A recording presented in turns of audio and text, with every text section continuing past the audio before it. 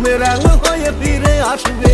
হ্যাঁ, এই ভিডিওতে বুমেরাং এর টাইটেল ট্র্যাকটি নিয়ে কথা বলবো, যেটা 2 থেকে 3 দিন আগে ড্রপ করে। আমি সেই সময় এই গানটা নিয়ে কথা বলতে পারিনি, বাট এই গানটা যখন আমি দেখি আমার কাছে মনে হচ্ছিল যে এটা নিয়ে কথা বলা উচিত। মানে নিজের কাছে কিরকম যেন একটা ফিল হচ্ছিল যে এটা নিয়ে যদি কথা না বলি তাহলে ব্যাপারটা ইনজাস্টিস হবে। আমি চাইলে এটা অ্যাভয়েড করতে পারতাম, কিন্তু অ্যাভয়েড করতে পারছি না, কারণ শাকিব খানের এর আগে একটা গান ছিল আমি একাই রাজকুমার, সেই গানটা নিয়ে আমরা অনেক বেশি ট্রল করি এবং সমালোচনা করি। বুমেরাঙের এই গানটা দেখার পর আমার কাছে কেন জানি আমি একাই রাজকুমার এই গানটাকে মাস্টারপিস মনে হচ্ছিল। ভাই সত্যই বলতেছি, বুমেরাঙের গানটা দেখার পর আমার কাছে একাই রাজকুমার এই গানটা মাস্টারপিস মনে হচ্ছে। বুমেরাঙের এই গানটা আপনি একবারের বেশি শুনতেই পারবেন না। আমি একাই রাজকুমার এই গানটা আপাতত 2 থেকে 3 বার শুনতে পারবেন, বাট এই গানটা একবারের বেশি আপনি শুনতেও পারবেন না, দেখতেও পারবেন না। এই গানের এত বাজে লিরিক্স, এত বাজে ভয়েস, হ্যাঁ লুক অ্যান্ড ফিল ভিজুয়ালি কিছুটা দেখতে ভালো লাগে, বাট ওভারঅল গানটা খুবই বাজে। এখন হয়তো অনেকেই অনেক ধরনের লজিক নিয়ে আসবেন যে বুমেরাং একটা সাইফাই কমেডি ফিল্ম, সো সেই জনরার সাথে মিল রেখে গানটা করা, এটা একটা এক্সপেরিমেন্টাল গান, এটা একটা ইউনিক গান। তাহলে আপনার এই লজিকটা আমি একাই রাজকুমার এই গানের ক্ষেত্রে কেন প্রযোজ্য হবে না? আমি একাই রাজকুমার এই গানটা কিন্তু একটা এক্সপেরিমেন্টাল গান ছিল, সেখানে লিরিক্স, সেখানে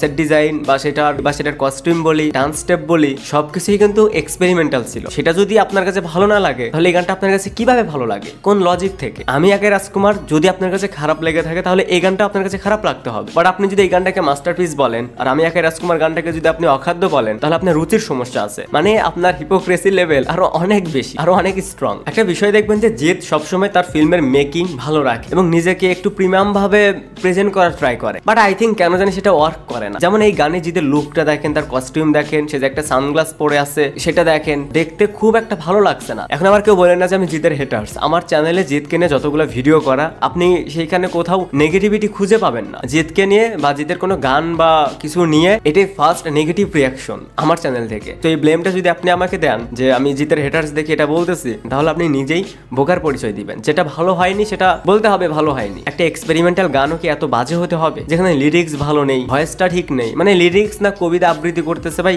বোঝা যাচ্ছে। মানে এক্সপেরিমেন্টাল মানেই কি যা ইচ্ছে তাই, মানে যেটা করবেন সেটাই অডিয়েন্স একসেপ্ট করবে। জিৎ নিজেকে এখন যেভাবে স্ক্রিনে প্রেজেন্ট করে সেটার ভিতরে এক্সেপশনাল কিছু নেই। প্রত্যেকটা ক্যারেক্টারই আমার কাছে সেম মনে হয়। আমি জানি এখন অনেকে কমেন্টসে এসে গালাগালি করবেন, বাট আই ডোন্ট কেয়ার। যেটা ভালো লাগেনি সেটা আমি বললাম, যে এই গানটা যদি আপনার কাছে ভালো লেগে থাকে আর আমি একাই রাজকুমার এই গানটা যদি আপনার কাছে ভালো না লাগে তাহলে আপনার হিপোক্রেসি লেভেল অনেক দূর পর্যন্ত চলে গেছে। জিৎ একজন নায়ক বা একজন অভিনেতা হিসেবে আমার কাছে অনেক পছন্দের, তার এমন কোনো কাজ নেই যেটা আমি দেখিনি, বাট সেই জিৎকে আর পাচ্ছি না, তার সেই স্ক্রিন প্রেজেন্সটা এখন আর পাচ্ছি না। লাস্ট তার প্রত্যেকটা ফিল্মের লুক বলি, তার প্রত্যেকটা ফিল্মের অভিনয় বলি, স্ক্রিন প্রেজেন্সটা বলি, সেইটা আমার কাছে সেম লাগে। মানে এক্সেপশনাল আর কিছু হচ্ছেই না। দেখা যাক জিতের এই সিনেমাটা কেমন হয়। তার যে প্রিভিয়াস ট্র্যাক রেকর্ড সেটা এখন তেমন একটা ভালো নয়, সেইখান থেকে জিতকে নিয়ে এরপরেও কিছুটা এক্সপেকটেশন রয়েছে। এখন বাকিটা ডিপেন্ড করছে বুমেরাং এর উপর। যদি সিনেমাটাও এই লিরিক্সের মতনই হয় তাহলে আর কিছু বলার নেই। তো এই ছিল বুমেরাং এর গানটি নিয়ে আমার ওপিনিয়ন। আপনাদের কাছে এই গানটা কেমন লেগেছে সেটা অবশ্যই কমেন্টে জানাতে পারেন।